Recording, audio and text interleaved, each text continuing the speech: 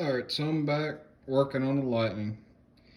And right now, I'm trying to fix. Well, there's a couple things I'm trying to fix. One, I got the exhaust manifold. I used to have a huge exhaust leak. As you can see, gaskets were bad. So I went ahead and swapped all that out with, I think, I don't quite know where they're at. But anyway, I swapped them out with Molly gaskets and new ARP bolts and really fixed that exhaust leak. And these headers here are the coolest set of headers I've ever seen. I needed to get to them, and you can just unbolt that one collector there. It like to weld this oxygen sensor in. You just undo those two bolts. It's not welded into the collector, and you just pull the whole header off. That whole piece off. So if you need to get to anything and fix anything, these are the just fantastic headers. Easy to get on, easy to get off. I don't know who makes them. I don't know where they come from. They come with the motor, but best thing about this. So anyway, what my other issue is trying to fix.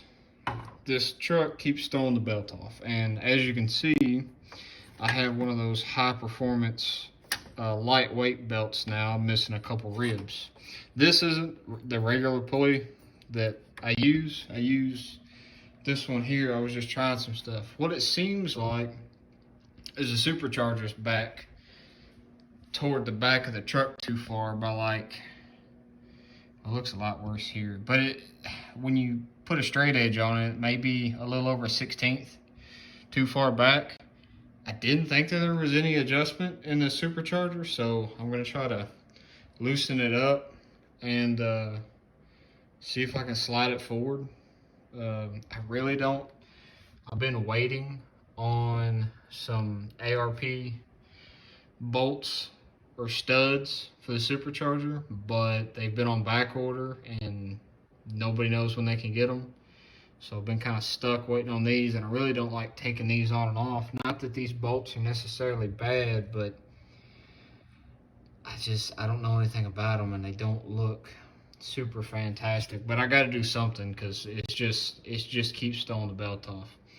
And I don't know what the rules are on the way the pulleys are, because I've seen a couple of different pictures. Some guys have used the factory pulley bridge, which I don't like. I like this one better, but just doesn't seem like anything's working. This pulley made it worse, so I know that's not it. So anyway, hopefully I'm going to try to loosen this supercharger up and see if it slides forward. If not, I don't know. I guess I'm going to go back to trying to see if I can shim everything. All these pulleys look like they're in line with each other. It's just the supercharger's not in the right spot. So try to loosen it up and see what I can do. Alright, so I have got all the bolts loose on the supercharger, and it doesn't slide forward at all.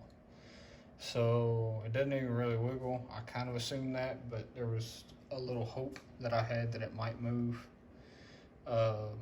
So I'm gonna tighten all that back down and start looking at this bracket here.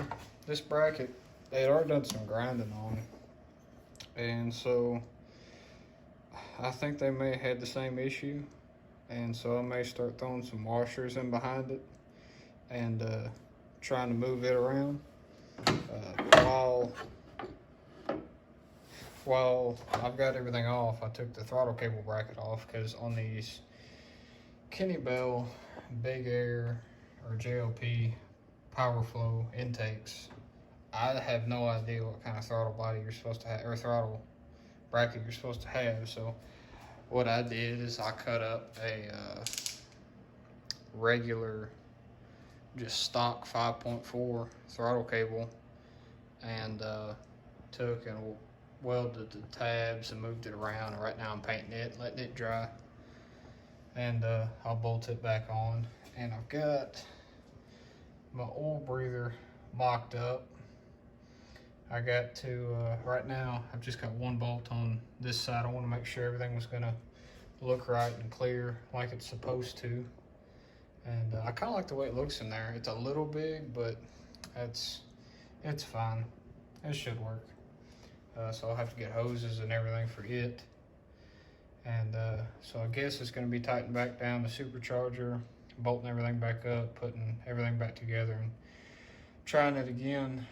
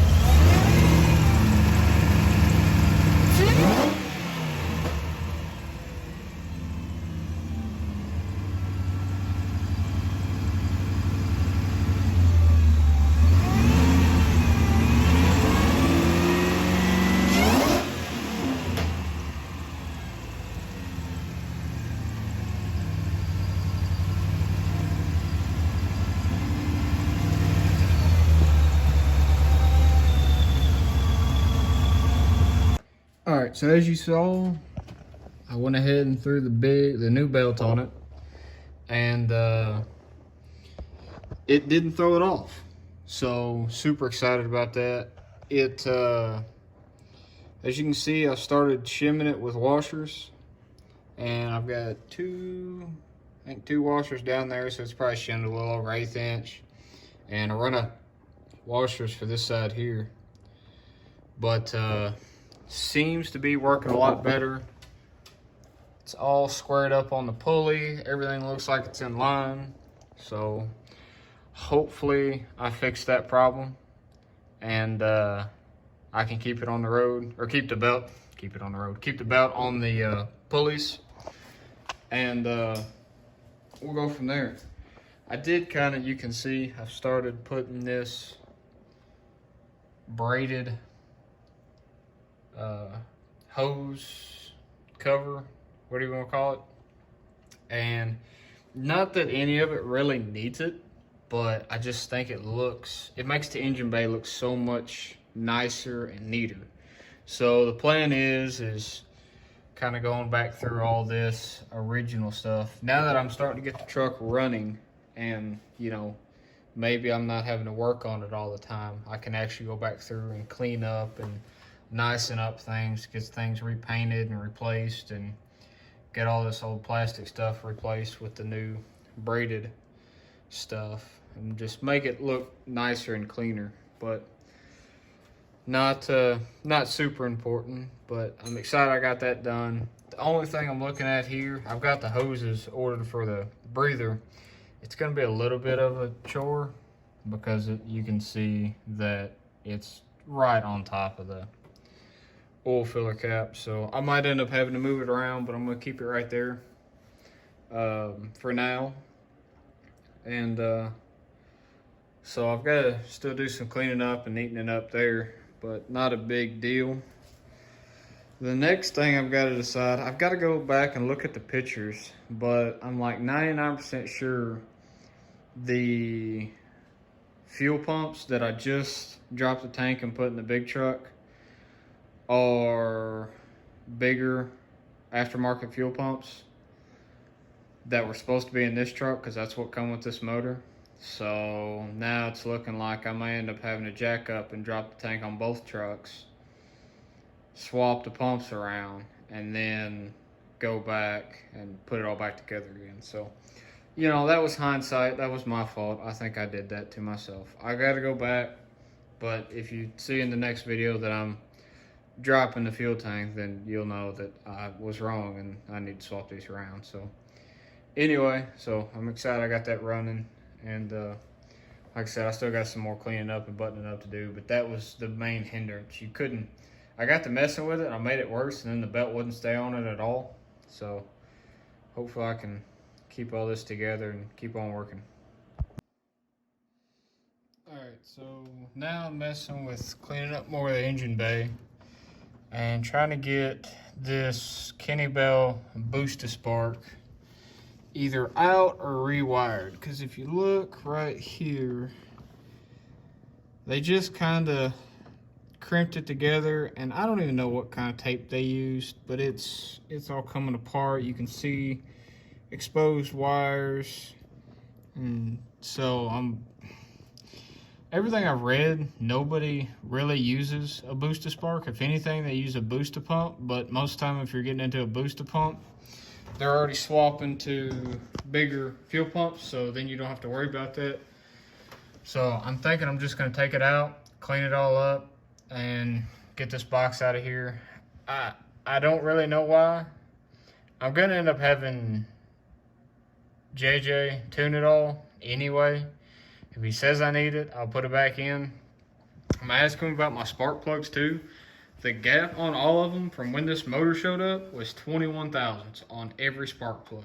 Not plus or minus one, it was 21 thousandths, basically dead on every plug. And everything I've read is everybody's like 32 thousandths, 30. So I don't know if this thing was blowing spark out and they were just trying all kinds of stuff to get it to not. I mean, it doesn't really seem like it breaks up. I really haven't beat on it because it really hasn't run all that great. There's just like the belt coming off and things like that. So I hadn't really just got on it, and I really don't want to tear something up or damage or hurt something. So I think I'm just gonna take this off because, like I said, nobody really uses it because it doesn't seem like a spark problem is really that big of an issue on these trucks. If it is, I'll put it back on, but I'll just do it a lot neater than that. So hopefully I can get all this out of here and make it look nice and neat again. All right, so I got the box cut out and I added a little jumper wire in between. It's a red wire with a green stripe. I'm assuming that's the spark or the ignition wire, because that's what they spliced in when they put in that kill switch. And while I was in here, you can see that I added another, had to splice in again. You can't really see it, but anyway, apparently when they were cutting stuff and adding things, they nipped this wire and frayed it pretty good. So I went ahead and fixed that. Fixed these, so I'm gonna plug it all back in and try to see if it starts. I've been using these little connectors here. They're I just picked them up on Amazon. They're good to get in hard to reach places where you can't really get to and solder very well and heat shrink. These are just an all-in-one thing. So, but anyway, I'm gonna get all this put back together and wrap back up again and see if the truck starts, see if the truck runs, or see if I just broke it again and go back to the drawing board. So it's a lot neater and nicer now, I think, but I'll try to get it all put back together. Alrighty, so I got it all put back together. Got some new wire loom on the transmission harness, engine harness, and a couple of little other ones. One, I like the way that it looks, and two, it's got a real good heat temperature range, and it's right above these headers. And I've actually already melted the transmission harness factory plastic wire loom just from the heat radiation. So it looks so much cleaner over here, but now it's going to be the moment of truth of if it actually starts. I haven't tried it. All I did was button it up, and I was like, well, it's a little late now to see if it runs, so I guess we'll find out.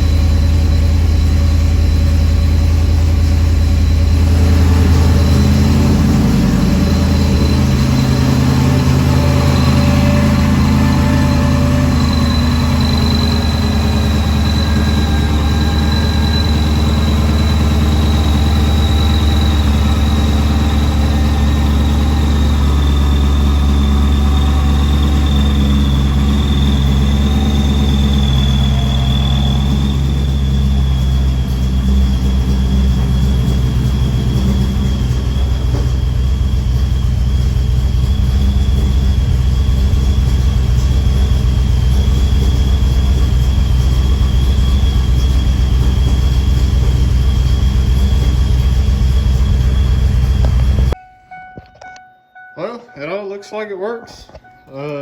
The fuel pressure, you saw it was at 100. I'm still waiting on that little adapter for these to put on the fuel rail. Everything looks like it worked. It idled down where it was supposed to. The AFR looked pretty close.